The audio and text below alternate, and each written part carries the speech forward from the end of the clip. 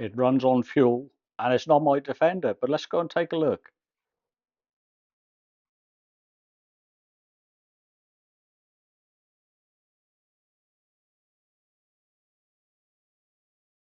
Hi, good morning, welcome back, Mike Makes It. Today, this Arga is moving. We're going to keep it, but we've got to relocate it. We're going to put in, I'll show you, a quartz worktop. I'm refurbishing the kitchen. I perhaps should have started with that. Refurbishing the kitchen, moving the Arga slightly because we're putting 30 mil quartz up the back wall. And if we can get that in a little bit better shots. There you go. There's the back wall. We've chiseled all the old tiles off and that sort of stuff. But we want a quartz backsplash and it's 30 mil wide and it won't fit down the back of the Arga. So the Arga's got to come out 30 mil, which is a whole hassle to do. That I don't know how heavy it is. It's cast iron, very, very heavy. Should we just say that? But basically, I've got to totally dismantle it. I can't just squeeze it forward because the base, I'm pointing at the base and you can't see it. Let's look at the base. There you go. The base here obviously runs all the way across and goes to the back. It's about 3 inches high. It's never been square on the base. The Arga was already in when we moved into the house about 25 years ago, but it's overhanging here. But on the other side, it's in. So I'm going to straighten that up and also add 3 mil to the concrete base. But to be able to do that, the Arga's got to come off the base to start with. I've got to get the old saws out or hammer and chisel, and we've got to put a new base in there. What I need to do is just chop back the old base a little bit and rebuild it to the correct size, allowing for the Arga to come 30 mil forward. Now, there's a few things I have to do before we start moving it, and one is disconnect the oil supply, which is on the side here, just round the corner. We'll show you that in a minute. Disconnect the chimney, take the top off the Arga, and I don't know. There's got a lot of vermiculite insulation in here, as well as sort of rock wall kind of stuff. So all that's got to come out. We use Hoover to get that out, I think, and literally almost dismantle it to the last nut and bolt. Then we've got just the base on the bottom. You can see just there running along. There's a cast iron or a steel base. It is in black. You can just about see it. I want to get back to that so I can then maneuver that base around to how we need it, used as a template really for the new concrete base we're going to put in. So that's what we're doing today, or maybe tomorrow. It depends on how well it goes. But I'll walk you through how I'm going to take it apart. Hopefully everybody will agree that's the right way or the wrong way. We'll wait and see on the comments. But I have taken the top off before because I put some improved insulation in there some time ago. So I certainly took the top off before, so I'm familiar with that. And I used to have a boiler in there that generated hot water for the house. But I saved 1,000 litres of oil a year by taking that out and going over to electric for the hot water. So tremendous saving in comparison. But then when we moved in, oil was 9p a litre, so it kind of a little bit better than £1 a litre to pretty much what it is today. But yeah, chimney's got to come out, oil's got to be turned off. But I think I'm actually going to start on the top. That's relatively easy, so we'll talk you through that, how that's going to come off.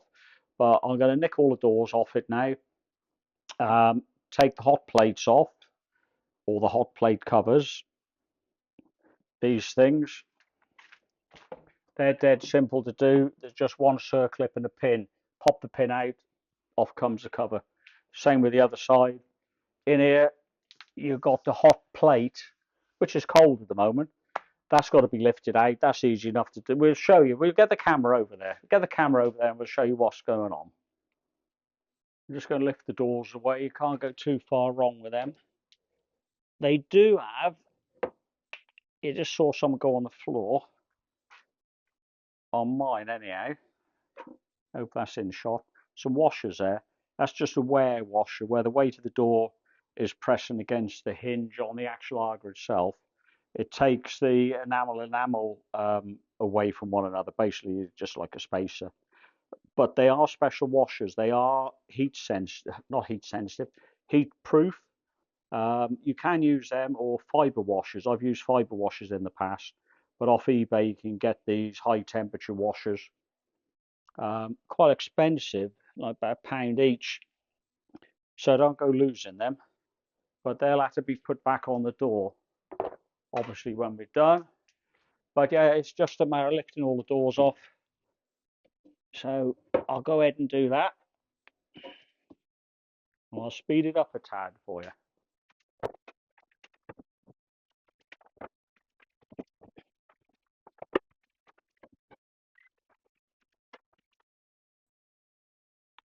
Right, the Aga I have is an OEB.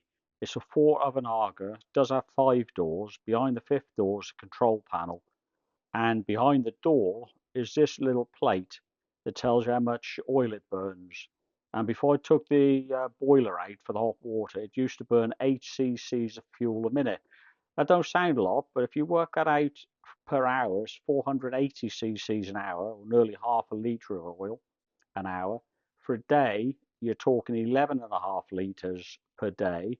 So the month, you're burning 345 litres of fuel per month, every month the Aga was on. Now that's more than my old Land Rover. I probably burn 50 litres a month in that.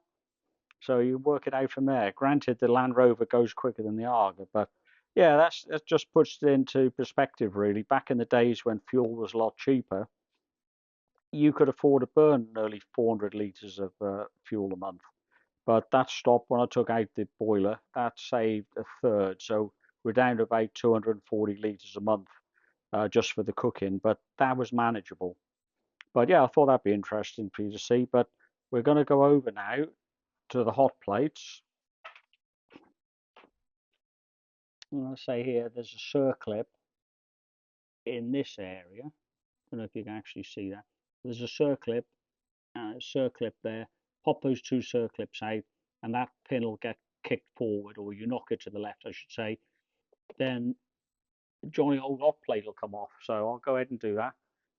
Then this ring here, get a screwdriver under that. That'll lift out. Then you get your hands around this dirty, great heavy cast iron monstrosity here, but that's obviously the hot plate. That's right over the burner. In the Aga here, behind that door, there's an oil burner with 3 wicks, if I remember right, on it. If you watched previous video, you would have seen me service the Aga, so maybe take a look at that, just so you get a better understanding what's going on. But in there's the burner, which is directly under the main hot plate. You've got a simmering plate here. My wife will tell you all about this, but there's a simmering hot plate over that side. Your main roasting oven, there's a baking oven, and there's a warming oven. You can cook things in this, but primarily the 2 on the right hand side, they're the main ones that basically work away and you do the cooking in them. The bottom one's really more for storage, but yeah, you can put stuff in there and cook stuff and keep stuff warm. And you've got the warming plate on this particular model of Aga. Really good for drying paintbrushes and lots of other things, but paintbrushes in my mind is very useful for. But yeah, we'll get those lids off there and see if we start dismantling a little bit further. I've not disconnected the oil supply yet, which comes in my case, on the left-hand side. It could come in on the right-hand side, depending on how the Aga's configured. As you can see, there's a thumb and a finger and a few screw holes down there. And there's 3 knockout plates. That's where the hot water would be taken out from. If we whiz back over here, you can see there's 2 knocked out there. That's where the water used to come out, run along here and go upstairs into the hot water tank. Anyway, let's get those 2 hot plate covers off. Let's see if we can wiggle these clips out. I'm not sure how good a shot you'll see. I can't see too much what's going on here now.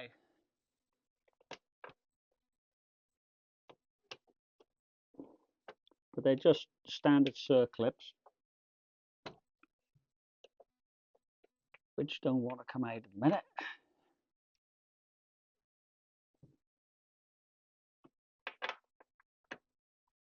This is where they fire across the room. But there you go. Hopefully you can see that. That might go into focus at some point. Standard circlip. Another one on that side. Then you pop the pin out. Pin may go both ways, but I'm going to tap it to the left.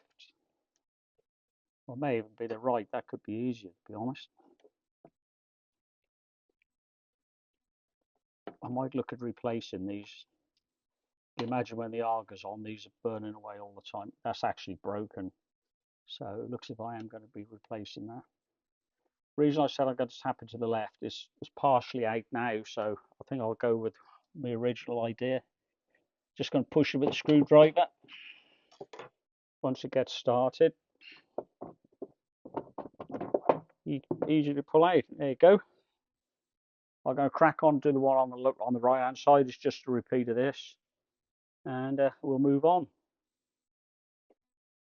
You can actually get to the back to get the circlips out this way if you need to. If you look, you've got the hinge plate there, if you want to call it that, on one side of the hinge of the door. Well, we're going upside down now. You can see the back side of it here, and you can pull out the circlips. This one was a little bit trickier to get at, so I actually pulled them out from the back there. Didn't know you could do that till today. All right, the hot plates, you've got a ring round here, screwdriver, lift that up.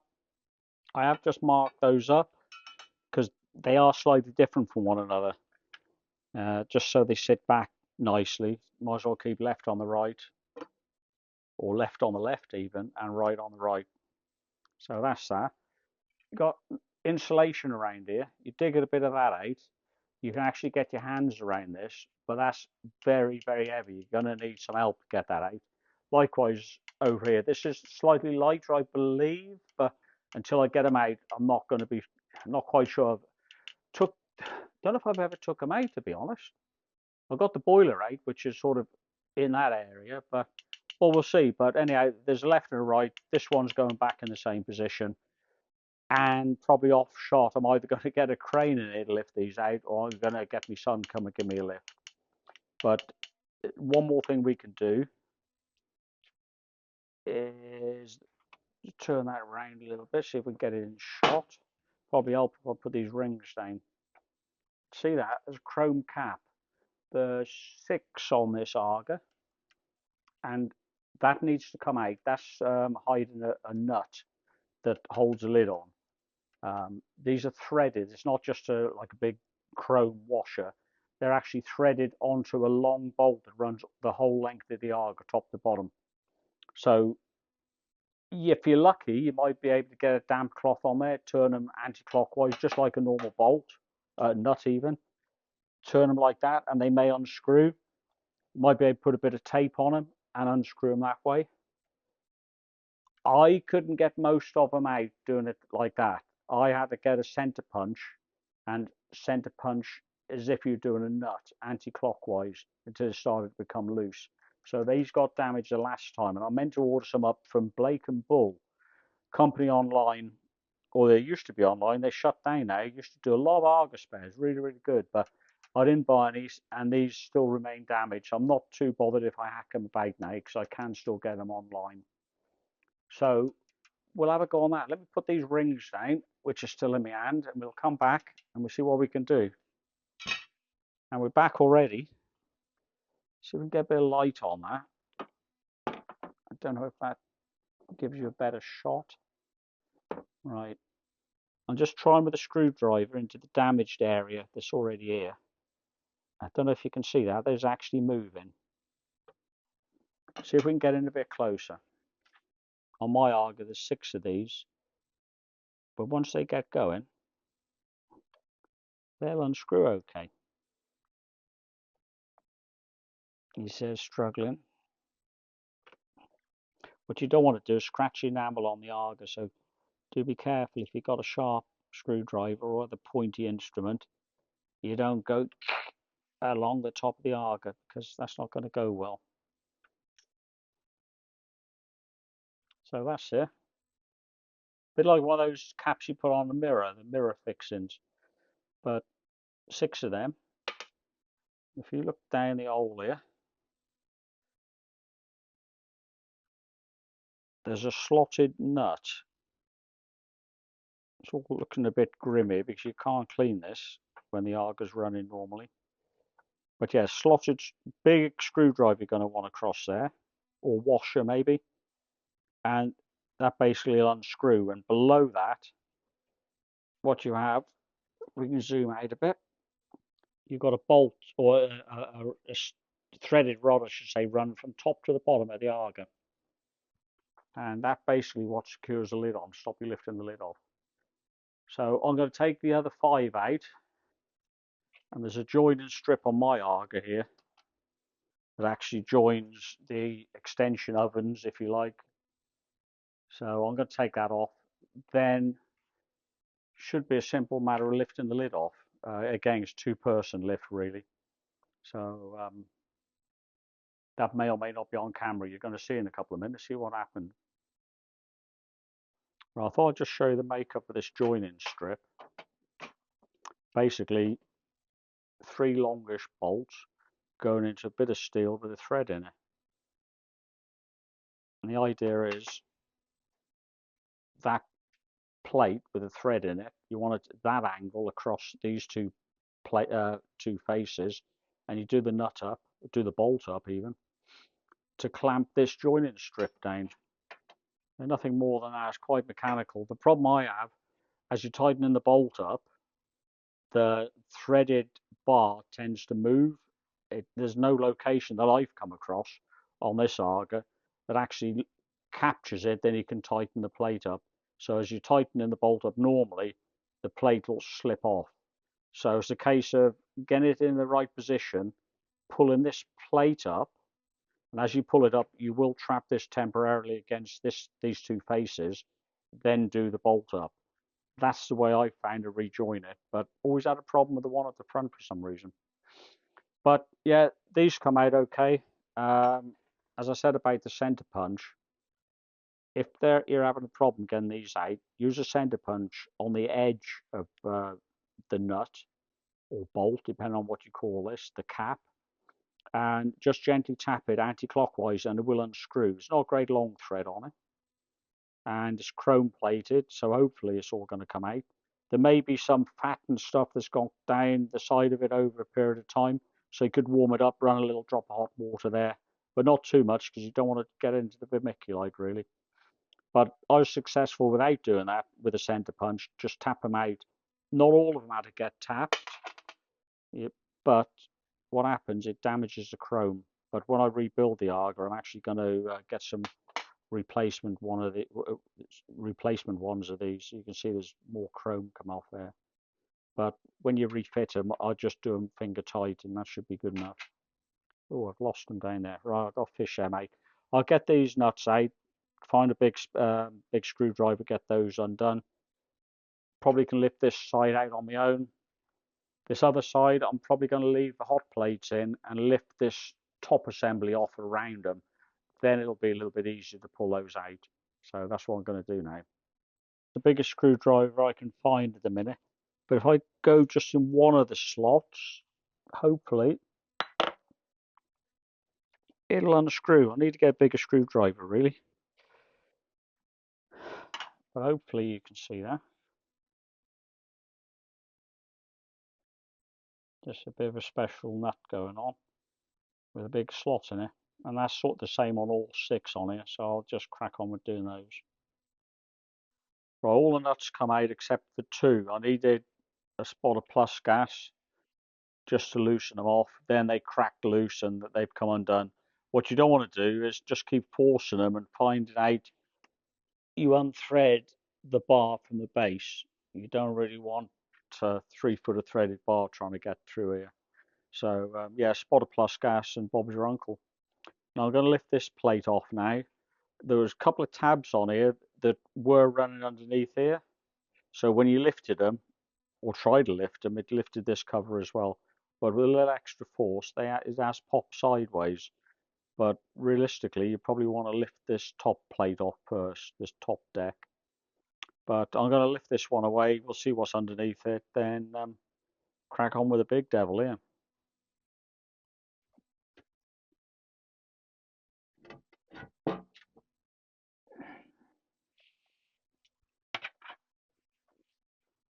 Oh, it's got that out. That's probably 20 kilos, not a lot more. So that was fairly good. This is a new insulation I put round a couple of years ago. Being white, it gets dirty very quickly. Hot plate assembly, got a little bit of a void in here by the looks of it. There's a baffle there that you can lift up or down. Same thing applies to the other oven, the baking oven. Depending on the position of this, depends on how much air is allowed into this chamber. I don't know if we can see it from underneath here. Let's get the torch. Yeah, you can just see the bottom of that plate. If you lift that plate up, then more air will come out, or heated air will come out from the right hand side here and make this oven hotter. Let's see if we can see if it's the same here. No, I can't actually see any baffles or plates in there. I thought there was, so maybe when we get in a little bit deeper, we'll be able to have a look. Might be I've got enough information. But this side was getting a little bit too warm, so I shut that down. But yeah, right, let's get this big top plate off. Right, I've got an assistant now with the lifting of this. Should be straightforward. It's going to be up and forward. So if you hear a crash, we've dropped it. Just like that. Right, well, I got some help. I'm going to lift these plates out. This one's considerably lighter, as you'll see.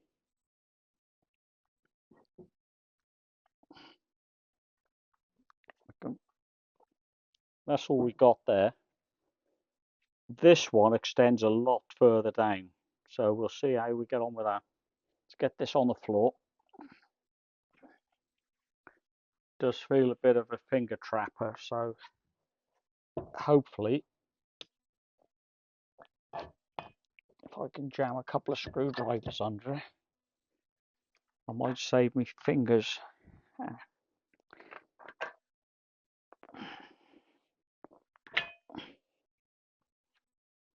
Right, might be just enough there to lift it up.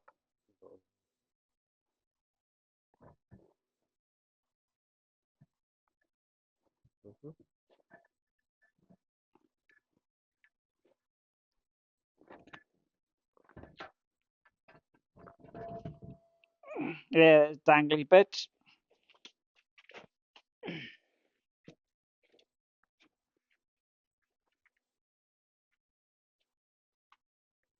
You might be able to manage that in one go on your own.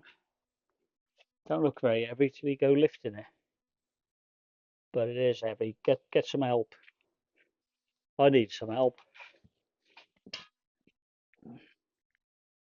That's the other one. You're not going to muddle them up when you put them back. That's the main burner area. That's your simmering plate. I grab my torch.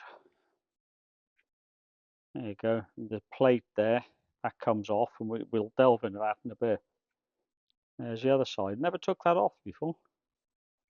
All this white insulation was put in by me, say a couple of years ago. If you peel it back, just like that, you can see the vermiculite. Some of this was refreshed as well. But basically, I'm going to peel off all the stuff on the top, all the white insulation, and expose the vermiculite. Then I think Johnny Vacuum Cleaner is going to help me pull it out of there. We've got a giant bag I'm going to put it in while we're waiting. So yeah, I'll get this off, get this bagged up, and I'll come back when I've got the vacuum on, trying to pull the vermiculite out. I'm not too sure how the vacuum's going to work out, but we'll give it a go. It's only normal wet and dry vac, set onto the wet to the dry setting. I'm just going to try sucking the stuff up, so it's a bit more fun than hand brush. So here we go.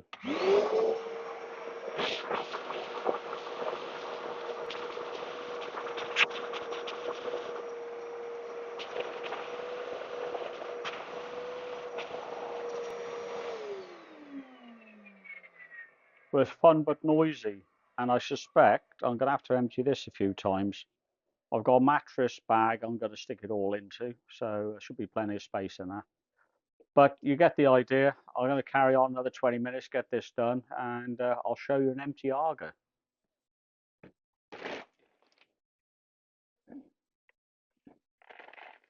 Well, that's filled up. Let's go back, have a look what we're doing. Not quite empty yet. That's going to need probably another dozen vacuum empties. But it's getting there, so that's all good. We've nearly cleared all of the vermiculite. Get a torch down there. You can see, we can see the base of the AGA at last. Same with here. Some places the vermiculite's gone a bit clumpy. If you can see in there, just underneath, yeah, you're going to need a screwdriver just to loosen that up. Then the vac will pick it up. Down here, say, thankfully we got the bottom of the AGA showing, which is all good. So I'm going to carry on with that. Overnight, I'm going to put some plus gas on the nuts and bolts, so I'm going to have to get undone. They may snap away cleanly, they may not, but at least with the plus gas on it, I've got half a chance. But this is a vermiculite. I couldn't believe there's that much in there. This is a king size mattress bag, and whilst it's not full, it's heavy. It was a bit of fun with the vacuum cleaner up until about vacuum empty number 10. So, you know, anything beyond the 10 fills was a bit laborious, but nevertheless, yeah, got to clean the kitchen up before the wife gets back. But yeah, there you go. WD would work. Plus gas is what I'm going to use on the nuts and bolts, and I'll carry on in the morning.